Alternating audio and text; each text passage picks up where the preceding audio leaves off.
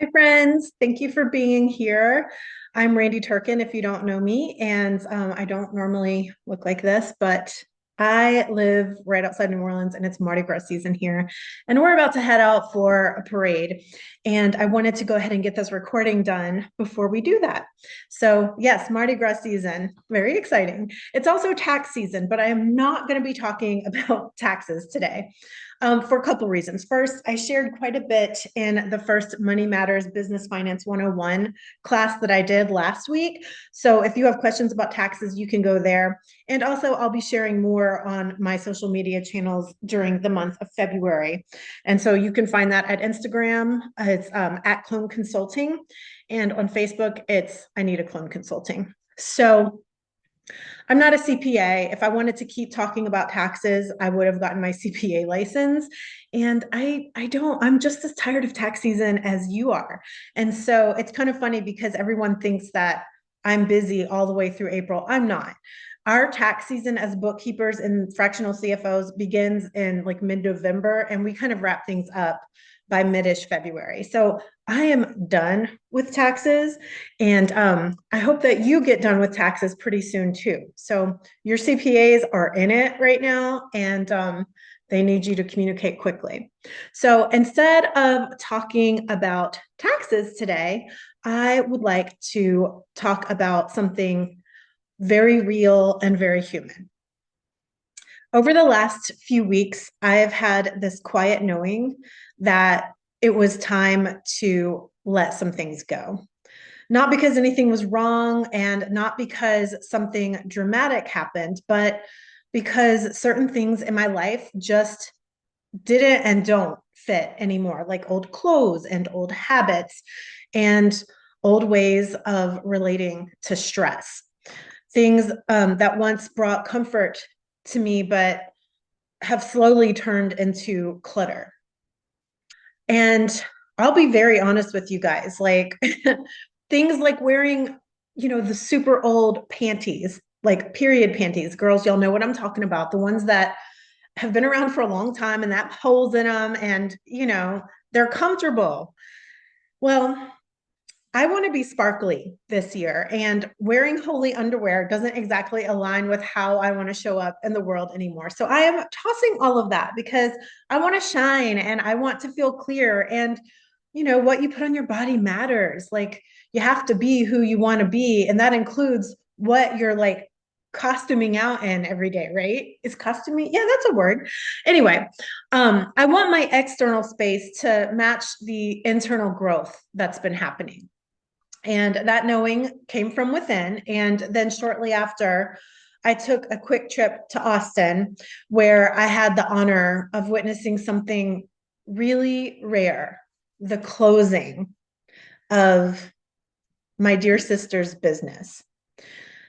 So we celebrate beginnings all the time. We celebrate births, we celebrate weddings, we celebrate launches and openings and ribbon cuttings.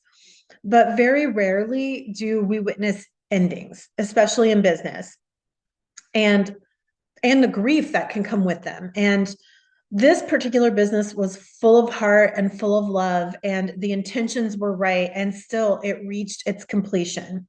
So they wanted to have a closing ceremony. So they called in their closest support and we gathered in circle and we released old stories into the fire and beliefs that aren't true anymore and fears and attachments. And we reclaimed what we were taking forward, our power, our wisdom, our truth. And it was different for everybody. And it was beautiful and it was tender. And it was a great honoring. And what struck me most, even though there were a ton of tears, it wasn't sadness, it was clarity, because endings, when honored, create space. And space is not loss, it's preparation. And so it reminded me of something that I have been sitting with for a while. And that is that when we hold on to things, whether that's objects or roles or stories or identities, simply because they feel familiar, we aren't operating from source energy.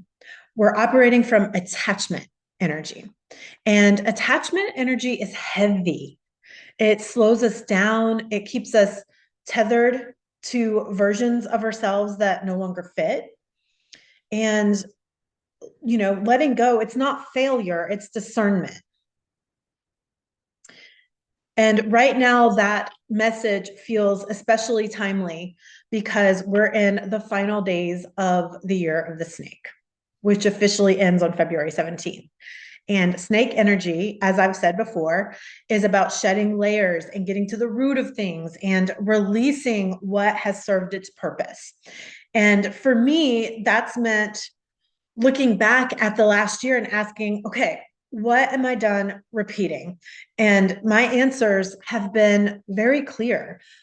I am done with perfectionistic tendencies. I am releasing people pleasing habits. I'm done with feeding fear and stories of not belonging. I'm done with letting small things carry the same weight that they once did.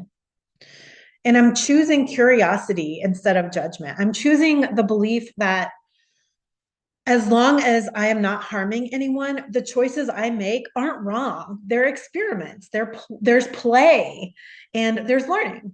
And I invite you to do the same, to notice the parts of yourself that no longer fit who you've become and to gently let them go. I think that that is what this moment is asking of us. And this kind of shedding often shows up physically too. So you might feel called to clear out your closet or organize your workspace. I am doing all of those things. We are going to donate so many things that we haven't touched in years. I've been holding on to books from when my child was a baby. Like those are all taking up space. You might be feeling called to simplify your schedule or release commitments that quietly drain you. And so I just want to be very clear here that purging it's an act of self-love. It's not deprivation. It's not going, without. It's a devotion to yourself. It's choosing to make room for what's coming next. And so as the year of the snake ends on February 17th, we enter the year of the fire horse. And the horse is all about movement and momentum and freedom and forward motion. And when you add fire to that, the energy becomes bold and passionate and alive. So, what do horses need? A horse needs room to run. They need care.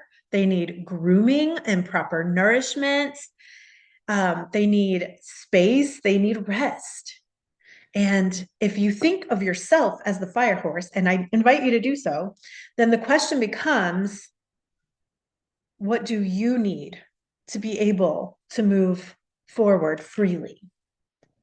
What tools support you? What environments help you thrive?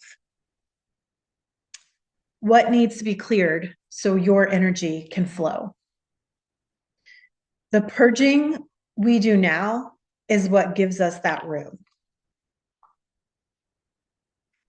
So self-care matters deeply, especially if you run a business, because your energy feeds your business. Your personal life shows up in your work. Your capacity determines how you lead, decide, and grow.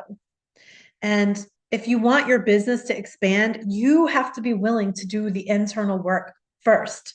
Self-care is not separate from success, it's foundational to it. So I want to close this video by pulling a card. This is a set that I actually gave my mom, who passed away in October. And I don't know if she ever used it, but it's the name of the deck is called Make Yourself a Priority, and it's self-care in a box. And this card is going to be kind of a three-parter. So it's one card with three parts. The first is going to be either a message or an affirmation or something that you can do. Okay, so I've pulled a card. What do we have here? Let's see. I'm gonna just, oh, beautiful. Take a walk in the park and embrace nature. Take a walk in the park and embrace nature. Okay, so that's the first part. You're going to take a walk in the park and embrace nature. And then after you take that walk, you are going to do a little next step of the next part of self-care. You're going to fill in a blank here. I will take care of myself by, and then choose something that you can do that would feel really good for your spirit, your soul, your workspace, like your physical environment, whatever it is that needs some attention right now. I will take care of myself by, and then write it out what you're going to do. And then after you do it, you're going to fill out this next part in your journal, how it made me feel. And so you're going to write out how whatever your thing is that you've chosen to do is making you feel. So the first part, take a walk in the park and embrace nature. Let this message and this action guide what you choose to release. So what comes up when you're taking your walk in the park? And then once you decide what you're going to do next, I will take care of myself by, this is what you're choosing to nourish.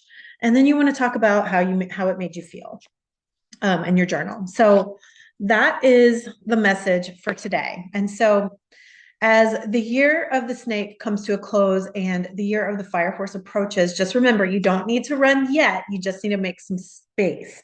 So thank you for being here and for choosing clarity and care and intention as part of your growth. I will see you next time. Bye.